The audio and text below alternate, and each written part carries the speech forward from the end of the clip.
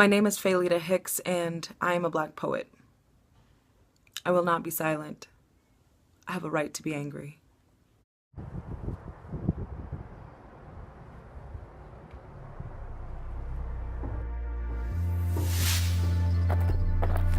Graffiti is the griot's hand possessed and unanchored. Wild, it claims the streets, struts along the roads, frames the city, marks the claimed and unclaimed, licks against the brick and burns in the sidewalk, makes every edge of this city hollowed ground. And that's good. Some things should still be sacred, know what I mean? I mean to say, we got boys going gray. We got ghosts under streetlights. Got ghosts who are hovering on the block, branded by the clock and stares of a man-hungry country. Black boys, blue boys, boys going gone, to be first black, then blue, then all gone, to be tampered with, deconstructed, reincarnated, then gone. And these griots' hands be the only real thing we got when they go. So it's graffiti on the thrift shop, on the underpass, the abandoned buildings. It's a pound of chalk for the bodies on the pavement, the sidewalk, in the alleys, a batons rallying cool. We've seen it 1,000 times before.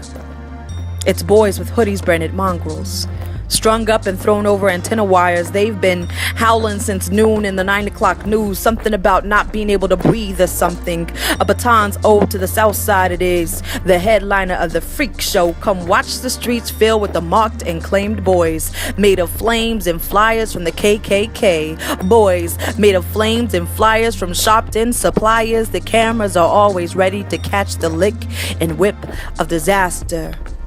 Too bad they're the ones with the match and the wires. They've got the mask and they've got the files to prove it. It is too bad we are the smoke and we are the kindle.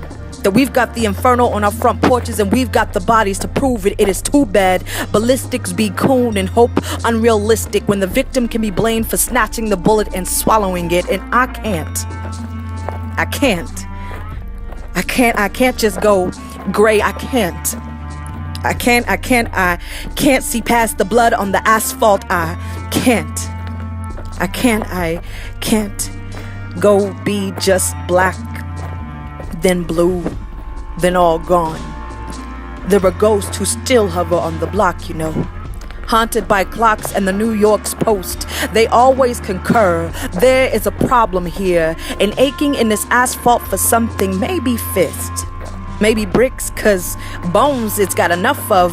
We are a city left unburied to rot, and that's not good.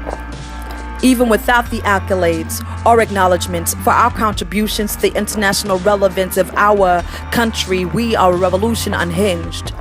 When we are forced to bleed, we will hot bleed all of our colors. Watch our fears cringe on the sidewalks next to the cops.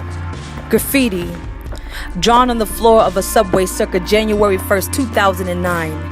Graffiti marched into the football field. Please do not apologize and do not yield. Graffiti drawn on the side of a highway circle March 3rd, 1991. Graffiti on a tree, not 2 or 3 but 6, goddammit. Graffiti like a black girl with her throat thrown open, help running out the sides of her mouth on the wrong side of a white picket fence. Graffiti on a playscape too. Graffiti even when the babies are sleeping. Graffiti like the fucking Sistine Chapel all over the streets of Queens. 50 points of intrigue and color. Graffiti, yes, it took 4.5 hours to do that one. Graffiti, it took 5 motherfuckers on a walkway. Graffiti, it's true. He used his fist as a brush, and yes, she made a wonderful mural all over the median. Graffiti in Florida, you have to glow in the dark if you want the chalk to stop at your feet. And you know, don't look too suspicious when you do it. They'll hunt you down if you stand your ground. Graffiti in New York on any given sidewalk on any given Thursday, and I can't. And see, when I was young, I thought maybe the symphony of color that hollowed under my iris was more broken glass than epic hydrant, but hydraulic cans be printing, be postulating the prayers of a kind of people left without words. Think. After the levees broke, like bread in their hungry mouths, After the levees became symbolic and not bread and not a breathing entity they could stab into or a thing that they could swallow easily, they sung. Some without words, like a city left unburied to rot, they swayed to and fro in the south, haunted, became a wave that roamed the cities all around here and settled in our throats and bellies, became ghost, became poltergeist of the left and the right, scraped their hands against flowers, fistful of neon and glow, they pronounced every forgotten syllable, painted the streets, bodies, stretched up and arms out and across, they threw every garden onto the slab and sank their colors into stone like wishes. These bodies grew wild and wilder with no context and no conclusion. Body chalk became stain, swallowed dimension, softened and grew hard again, and it fucked every sign and sidewalk it had ever lived in, and it was a horror.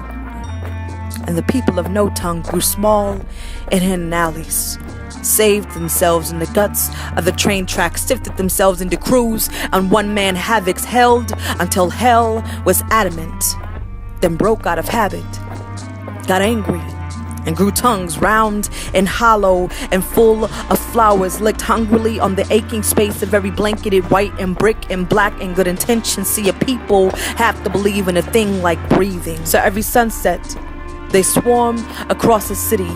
Long-armed and swift-legged, they jut their way across 1,000 blocks, swiveling their heads, raising their hands, congregating on the side streets, muttering anarchy and it isn't right and what if it was you? These ghosts got bodies that belong to bodies that belong beside us at our rallies and riots as proof. All hail the graffiti of our dead and their spooks.